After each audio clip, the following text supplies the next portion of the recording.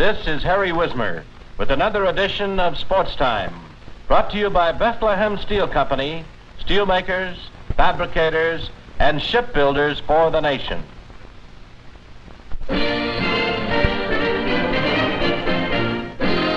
John Q. Niblick, average Saturday golfer. This is your life.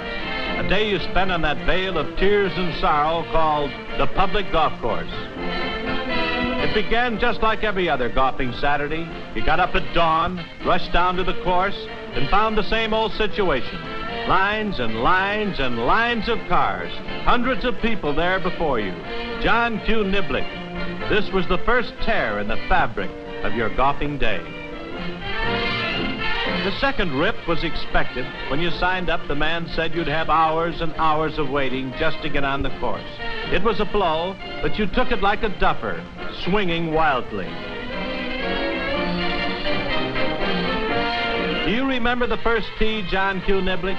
You and your foursome could barely find sitting room, a place to squat while waiting. You spent the morning there, arguing old golf scores, grumbling, arguing, grumbling, and then unexpectedly it happened. It was your turn to tee off. A crowd gathered for the big moment, a crowd of those still waiting.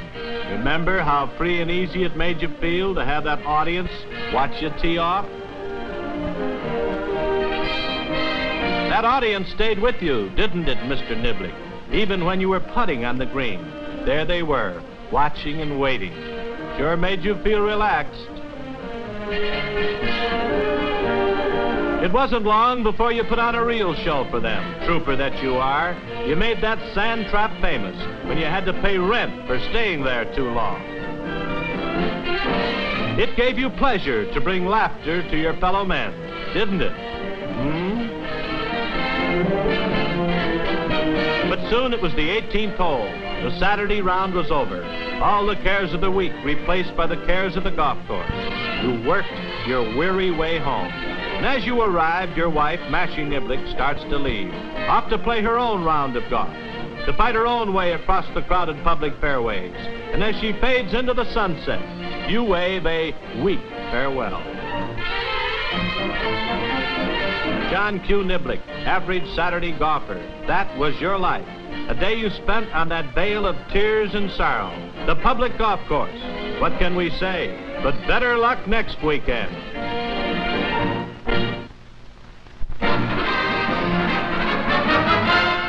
In baseball's dugouts, they're talking about Cincinnati's Ted Kluszewski. The slugger's big bat is hampered this year by his aching, injured back. And on that back, Ted carries the red-leg pennant hopes. It could go either way. Yankee infielder Billy Martin, a real pepper pot. Reporter Tom McMorrow asks him a leading question. Now, Bill, you've been quoted in one of the papers as saying that you thought you were the best second baseman in baseball, and people say you're very cocky. What about that? Well, if you don't have any confidence in yourself out there, Tom, then you don't belong out in the field. When you have those bad days, you got to believe in yourself so you can come right back and have the good day. But if you just quit on yourself and say, well, there's somebody else out there better than I am, then you're not going to be a very good ball player. You got to believe that you're the best out there. Maybe you, the whole country don't think you are, but you have to think you are yourself. Javelin throwing Spanish style, good for lots of distance, but just outlawed by the NCAA. This type of throw resulted in fantastic flings by these Spanish athletes who invented it. But now the code says you can't turn around completely before letting go of the shaft. A victory for convention. In Spain, they say CC, but in America, it's no-no. Lou Hode, out of tennis since February when he injured himself, is back in action now, aiming for repeat titles at the French, English, and American championship tourneys. That's good news for the fans who like his kind of smashing game. If Hode's scorching style carries him to that title sweep, he'll reap a fortune when and if he turns professional. So far, the young Australian whiz kid has turned up his nose at the money, but he's due to reconsider. After all, $100,000 makes a lot of sense.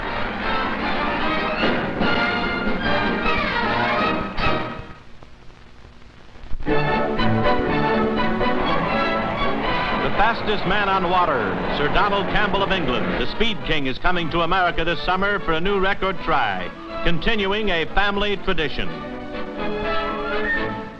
It started with his famous father, the late Sir Malcolm Campbell, here watching son Donald christen the original Bluebird. That was years ago. Now Don Campbell has his own craft, Bluebird II, a sleek hydroplane that is jet-propelled. In it, Don Campbell rules the waves as his father did. He made his last record attempt here 2 years ago on Nevada's Lake Mead. It's difficult to tell how fast we'll be able to go, because we're still learning this lake, where these huge mountains are very deceptive. They upset your perspective and judgment of distance. And you look to be on top of them, where in actual fact you're probably a mile away. So we'll have to see how we go. It went, as Campbell himself would say, rather well that time. After 3 flameouts, 3 false starts, he hit his stride, zoomed across the water faster than man had dreamed, averaged 216 miles an hour, hit speeds as high as 239 on some runs, broke the barrier for good, wrote history with his ripples on Lake Mead.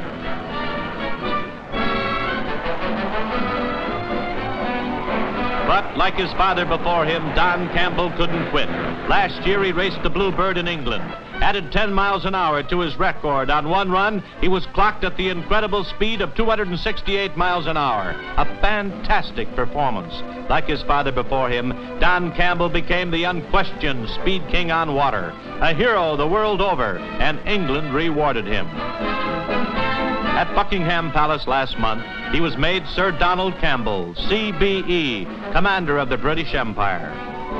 But he's still on the move, coming to America this summer, aiming for still another speed record, this time on a New York State lake. England's Sir Donald Campbell, the fastest man on water.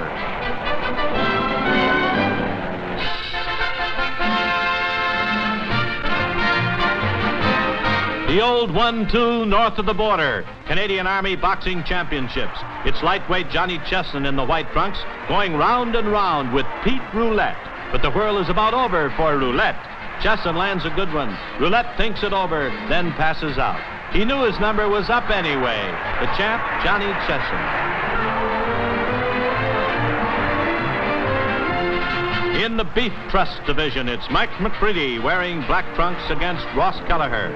McCready is the defending heavyweight champ. Kelleher is just defending himself, that is, and not doing too well either. This brawl turns into a knockout of a bout. Also, but not before McCready leaves dents all over poor Kelleher, pounding home pile driver shots at will. Bye-bye, Kelleher, the winner and still Canadian Army champion, Mike McCready.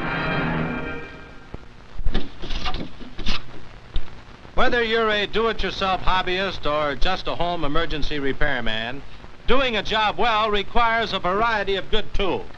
Hardware manufacturers have devoted themselves to designing and testing tools for home use and have developed special tools for every job. Bethlehem Steel Company does its share by supplying the fine alloy and carbon steels that are indispensable to good home workshop equipment. This hammerhead, for example, was forged from quality carbon steel, then heat-treated to withstand years of rough treatment without cracking or chipping. On the other hand, alloy steel went into this chisel to make certain it will hold its keen cutting edge for hours of tough woodworking.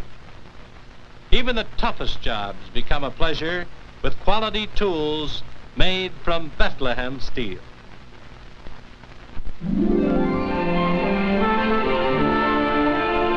Across the land these days, it's the time of the trout, a time of rejoicing here in Pennsylvania and in 40 other states. Only 7 states, which shall remain nameless, bear no trout at all. The more shame to them. Anglers since Isaac Walton have found a measure of heaven in trout fishing, but even the noble pursuit has its rules to protect the 20 million freshwater fishermen in America. For instance, in this creek, you're allowed a catch of 8. Intrepid game wardens enforce the limit to protect all anglers.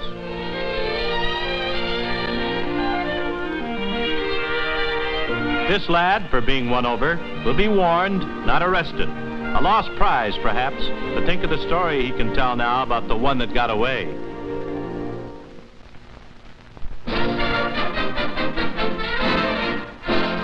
Ladies' Day on the ball field, the so-called weaker sex in athletic action.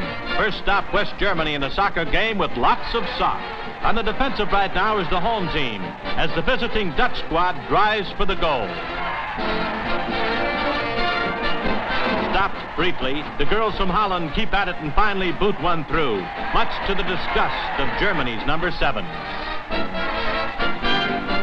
It's Germany's ball now, number 7 on the attack, and away she goes. The home team is behind 2-1 at this point and anxious to even the score. They put their best foot forward and do just that. With the count squared, the going gets rougher. Number 7 drives forward again for the Germans, and just like a woman driver, too. Watch out! She forgot to signal for a turn. After that rumble, the game goes on. So do the Rhine Maidens to a 4-2 victory. But win or lose, they love to play soccer. That's how they get their kicks. Next stop, New Zealand, and some legalized mayhem. It's Ladies' Day on the rugby field. A native team in white striped jerseys against an Anzac squad. And there are no holds barred. None. Occasionally, the traffic around the ball gets a little thick, and the girls pile up fender to fender. It's not so bad for the ones on top, but a doctor is needed for the girl below. First, of course, they have to dig out the patient. When the repair job is done, the happy warrior returns to battle. Rugby, that is. Great training for bargain basement sales. In this particular contest, the native girls try hard, run the ball with vigor. The Anzacs win anyway and then square away for a victory huddle. Whose long pants come flying out? The coaches, of course. Last stop, Florida, and the plate is dusted off for Ladies' Day on the softball field. A nice, quiet game compared to soccer and rugby, or so it seems now before strange things begin to happen. However, as the pitcher fires plateward a little later, the batter smashes one to short, and a runner tries to score from second. There she goes down the line. It's going to be close. Safe, says the umpire. You're blind, says the catcher. Her team agrees and joins the discussion. So does the other squad, and the debate is off and running. It isn't long either before the umpire is off and running also. Smart move on his part. A fitting end to Ladies' Day on the ball field. We'll be back at this time next week with another roundup of sports. Through the courtesy of Bethlehem, a company that is constantly growing to serve the ever-increasing need for steel.